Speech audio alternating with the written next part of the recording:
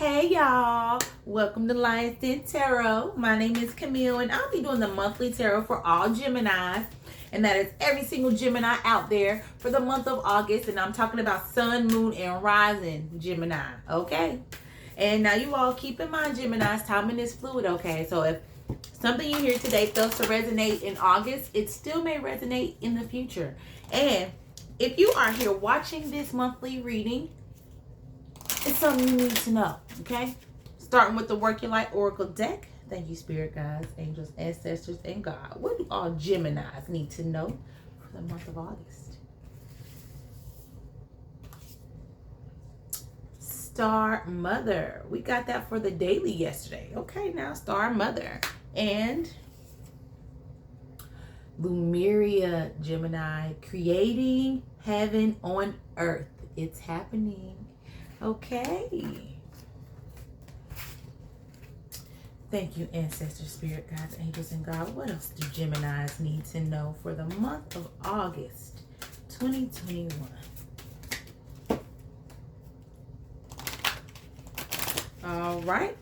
The angels are also adding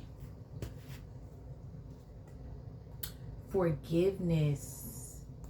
And there's something better. All right, Gemini, forgiveness, and there's something better. Thank you, Spirit Guides. What do Geminis need to know for the beginning of August? Thank you, Spirit Guides, Angels, Ancestors, and God. What do Geminis need to know for the beginning of August? There we go. Knight of Cups, beginning of August for you, Geminis. All right, the middle of August. What do they need to know for the middle? Ten of Swords. It's okay. I feel like that has passed and you have to just know that you are stronger and can overcome that. All right. Thank you, Spirit Guides. Thank you, Spirit Guides. What do Geminis need to know? Well, there you go. That's the end. See, Two of Wands. All right. An adventure, a better journey. See, there's always something better. Thank you, Spirit Guides. What bonus do you going to give the Geminis from the Celestial Tarot deck? Here, we're going to take it. Death. Ooh, okay, Gemini. See? It's always something better. Scorpio. Water energy. Thank you, thank you, thank you, Spirit Guides, Angels, Ancestors, and God. Well, we're going to take this one. That's the High Priestess. Oh, she was not upside down because I got the deck upside down. I dislike when I do that. Okay, High Priestess was up, but there's others that are down, but she was up. Okay, let's get into this reading, Gemini. Star Mother. 48 is an inquiry card. How can you mother yourself? You are more held than you could possibly imagine, loved and cherished so dearly that if you knew, you would not spend 1 second of your life in separation, worry, or fear, Gemini. Let the mother carry your burdens. Let her rock away your fears. Lay all of your worries, regrets, shame, and guilt on her altar. Please, please, sweet child, do not fear. You are love in motion. If you allow it, you are already healed. Let her remind you of your goodness. Let her love away your fears. Your capacity to love and hold others is limited to your capacity to love and hold yourself. Be compassionate with your sweet body, mind, and soul.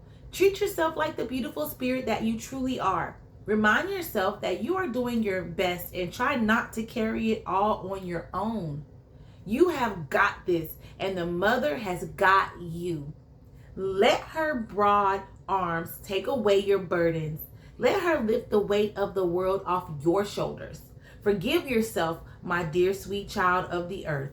Because you go into Lemuria, creating heaven on earth. So you just got to love on yourself and forgive yourself. I believe that is a transmission card. Lemuria or Mu is one of the earth's lost lands where heaven really was a place on earth. A time before we were kicked out of the Garden of Eden. In Lemuria, life worked in harmony. All beings were seen as equal, and we were deeply reverent to Mother Earth. We knew that a mosquito was no worse than us and the sun no better. Perhaps you too believe that heaven can really be a place on earth. Perhaps you are part of the transition team who at soul level are devoted to creating this kind of harmony on the planet now. Thank you, Gemini, for wanting to do this work. It's easy to get overwhelmed by the state of affairs on the planet right now, but you are being encouraged to keep holding the clear vision of the future. It is closer than you think. You may be guided to hold the frequency of Lemuria in your own community, family, workplace, or within yourself. Know that it is possible, and while at times it may feel like you are alone, you truly are not. There are hundreds of thousands who hold the codes of this ancient lost land, even Lemuria crystals that hold the codes of remembering that are beginning to rise all over the planet. Keep doing what you are doing, and remember, the only way to heal the world around us is to first heal ourselves. I hold the codes of Lemuria and believe that heaven really can be a place on earth. Okay, because you're going to forgiveness, and I believe that's talking about forgive yourself, Gemini. But let's read it.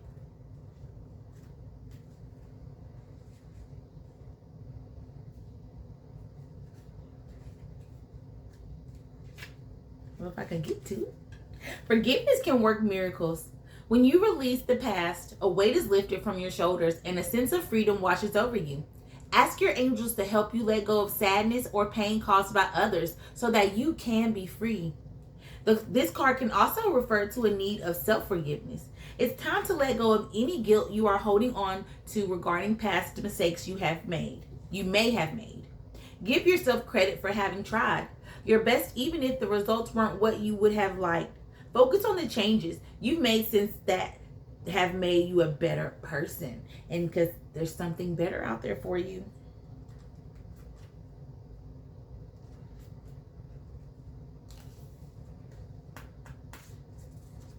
Heaven has something wonderful in mind for you. However, it's not the same thing you have planned.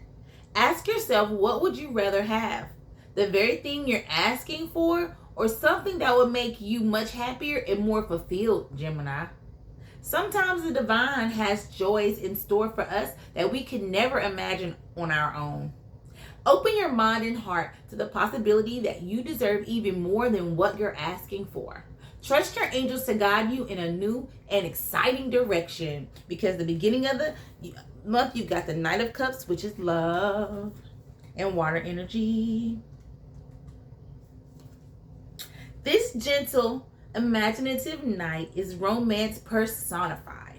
He could pertain to your love life. Swipe right for someone who looks good in a winged helmet.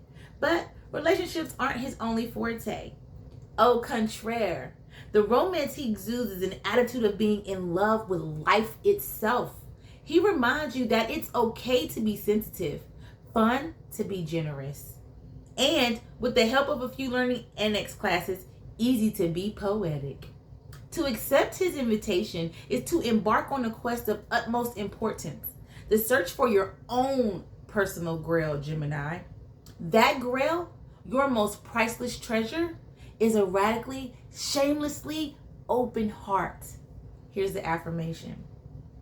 I fall in love with falling in love, and love falling into it with every tiny miracle I stumble upon. Because you're moving to the middle of the month, which is the Ten of Swords, and that's you, air energy. However, I feel like this has already passed and you're still like holding on to it a little bit, but it's okay. That's why the cards are telling you gotta love on yourself and let the past go. All right, let's just read it. Welcome to Rock Bottom, home of the world famous How the Hell Did This Happen to Me? Pulling this sword from its sheath is a dramatic way of saying things haven't gone your way, and now you got to deal with those awful feelings of betrayal and failure. Luckily, unless you have access to a steam shovel, the only way forward is up.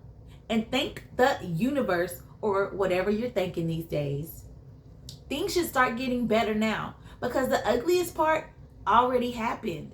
Now get up the nerve to get up so you can get on with getting on. Here's the affirmation. I am a bright and shining cosmic ray of light, even when I'm buried under life's dog dumps. And this dump too shall pass. And now you're going to the Two of Wands, which is adventure, fire energy, because you know fire and air ignite and make a spark. Okay, Two of Wands. Looks like you've gotten the ball rolling and have an idea of what you want in life. The Two of Wands is telling you to kick it up a notch. Time to turn those vision boards into bullet journals and get going in ways that feed your success, progress, and overall world expansion. If you already feel like a power player, make a power play and shatter your comfort zone. Sail around the world. Earn an astrophysics degree. Take a button making workshop at that weird little craft store. You get the picture, Gemini. The world is your oyster. Now pull out your oyster shucker and get to shucking. Here's the affirmation. I aspire to be the best I can be. And right now that means setting goals, taking action, and quite possibly waking up before noon. And now you go into our bonus celestial tarot, which is death. And then you got the high priestess. So you got two major arcana back to back at the end of the reading. Come on now. All right, Gemini, let's get into it. Death. The regenerative cycle of Scorpio. No longer able to hang on to heroic ideals or identify with the reflection in the mirror of the external world, the neophyte reaches the portal of death, the terrain of Scorpio. Astrologically, it marks a time when the ego is no longer triumphant over dark forces and is faced with its shadowy aspects.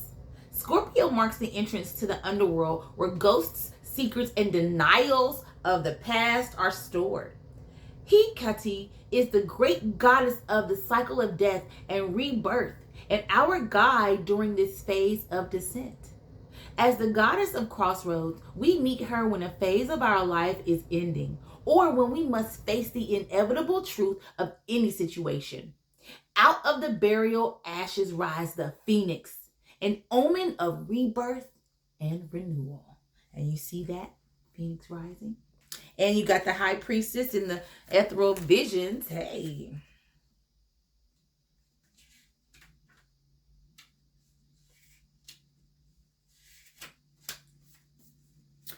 The high priestess represents the moon and wisdom with enlightenment.